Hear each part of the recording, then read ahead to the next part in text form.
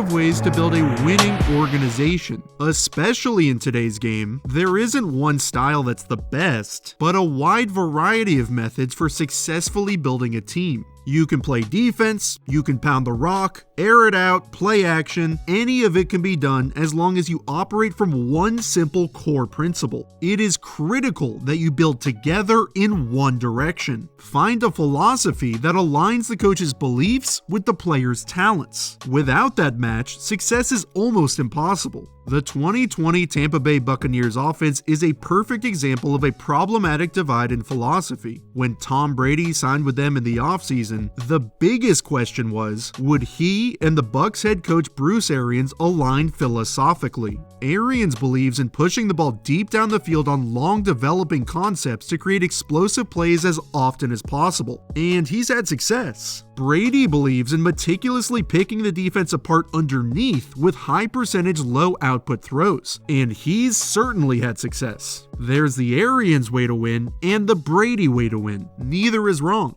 But with Brady 43 years old and never having been a prototypical Arians quarterback, even in his prime, Arians had to modify his system and alter it to Brady's strengths. But he hasn't. Though the Bucs are 8-5, are likely headed to a wildcard berth, and the offense has been fine, there are plenty of red flags that are causing major concerns. Instead of Arians altering his philosophy to match Brady's, he's jammed him into the exact system he designed for cannon-armed quarterbacks he succeeded with in the past, like Big Ben, Andrew Luck, and Carson Palmer. And though Brady is an all-time great, that's never been his style of play. So far on throws of 20 or more yards, he has the third most pass attempts, but is 17th in completion percentage, 19th in yards per attempt, and 22nd in quarterback rating. Brady isn't washed, but he's been forced to change the way he plays football in his 21st season, which has caused him and the Bucs to struggle, especially against better defenses. Back in Week 11 on the very first play against the Saints, a game where the Bucs were blown out 38-3, we have a perfect example of the philosophical divide between Arians and Brady. Arians dials up deep shots on first down at the second highest rate in the league, whereas Brady's more accustomed to getting rid of the ball quickly to set up manageable second and third downs. Instead of reading low to high like he was coached to in New England, where he would have picked up a quick 5 yards by throwing to the running back who's out leveraging the linebacker, Arians wants him to read high to low and force this sail route which doesn't have the leverage to get open, leading to Brady taking an unnecessary hit and creating a second and long. So then, when they don't pick up yards on first down, they have to take more shots downfield, forcing Brady to hold the ball longer, attempting more low percentage throws, and taking more hits. Even when he does connect on deep shots to open receivers, the plays often have a high degree of difficulty. On 1st and 10 against the Vikings, the Bucs are running an Arian staple called middle read, which is a concept we've broken down before, but referred to as doubles. A core element of Arians' offense is its heavy usage of sight adjusts, where receivers will redirect their routes mid-play to attack the holes in coverage. It's effective when done correctly, but has caused Brady and the Bucs a lot of issues. With Mike Evans and Gronk running the go routes outside, Chris Godwin will run the sight adjust middle read route. If it's a one high coverage like cover 1 or cover 3, Godwin would break inside underneath the post safety. When it's cover 2 zone like the Vikings are playing, Godwin will adjust his route to the post to split the two defenders. This puts a lot of stress on the safety Harrison Smith, who has to guard both the open middle of the field as well as Evans up the sideline. Brady does a brilliant job of reading the coverage after the play action. The moment he flips around, he reads the backside safety to determine the Vikings coverage, and when he sees he's in a 2-eye technique, he knows Godwin will break towards the middle of the field and put Smith in conflict. He eyes Godwin to get Smith to lean towards him. Then the moment he takes a step inside, Brady gathers and perfectly places the ball up the sideline. There are a couple of things to take away here. This is an unbelievable throw, but Brady had to release the ball incredibly early to fit in the pass. His eyes and footwork were impeccable, and the Bucs got the look they wanted without pressure or particularly tight coverage. But this throw still is really hard. The margin for error is super slim, and this is on 1st and 10. Many of Brady's best throws this year have been just like this, and he's had a lot of them.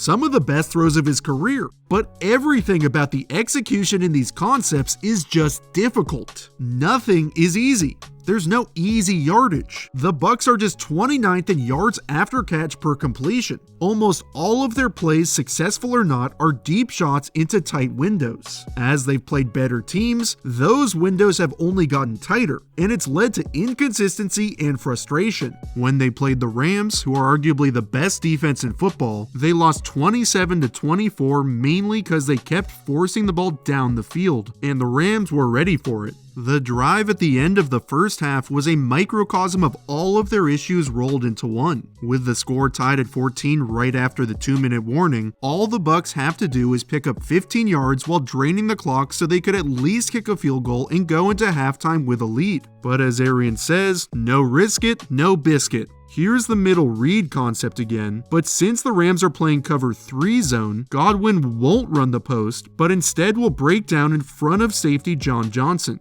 Based on the coverage's structure, Brady almost knows immediately after the snap that he'll throw the go to Evans since Johnson is closing the middle of the field. But instead of moving to his middle third, Johnson follows Brady's eyes that are staring right at Evans, and even though Jalen Ramsey is a 5-yard cushion, this is still where the concept calls for the ball to go despite it being a low percentage deep shot and what should have been an interception. So then on 2nd and 10, the clock hasn't moved at all and the Bucs run a tunnel screen that doesn't fool anybody and picks up just 1 yard. Now it's 3rd and 9 and they have to call another concept that's tough to convert. When the Bucs line up all 3 wide receivers in a tray formation to the left with Cameron Brate and Leonard Fournette to the right, the Rams expect the ball to go to one of the 3 wide receivers and use 5 defenders to flood coverage to that side of the field. The concept doesn't put anybody in conflict, and the window to hit Godwin is minuscule. The Bucs punted with a minute left, the Rams marched down the field and kicked a field goal as time expired in the half, and those 3 points ended up being the deciding margin in the game. Brady is used to playing in an offense that gives him answers as often as possible. Whether it was pre-snap or post-snap, the Patriots used multiple tactics to help him figure out what the defense was doing so he could easily attack them. He's a cerebral pre-snap player who needs answers before the play starts so he can anticipate coverages before they develop. One area the Patriots helped Brady was their usage of pre-snap motion, which typically provides QBs with more information and answers before the snap. But Arians has used it at the lowest rate in the league. Brady doesn't have any answers before the play starts, so he's reading coverages after the snap, which makes everything much more difficult. With 2 minutes left in the fourth quarter and the Bucs losing 27-24, which would end up the final, they again stubbornly tried to force the ball down the field when it wasn't called for. They're running a concept similar to the Patriots example, which calls for hitches on the outside, seams up the middle, and an underneath route from the running back. The Rams start in a 2-high shell, but are actually rotating to cover 1 robber with their weak safety coming down and strong safety playing deep. Because there's no pre-snap motion, Brady doesn't read the rotation till after the snap, but it doesn't matter because nothing about the Bucs concept really makes any sense. Instead of Brady throwing away from the rotation, he throws right to where the safety is headed. He doesn't make any attempt to move him with his eyes, so even if the safety settled in the middle of the field, Brady would lead him right to the ball. And additionally, both seam receivers sighted just towards the post safety instead of what you would typically do against a 1-high look, which is stay up the seams. That's what Brady thought Cameron Brate was going to do, which still would have been an extremely low percentage throw, gotten Brate blown the hell up, and probably still would have been intercepted anyway. Pre-snap motion would have given Brady more information on the defensive coverage before the play and potentially caused him to check down to the back, which he probably wanted to do in the first place. But instead, there were no answers before the snap and nothing but bad answers after the snap.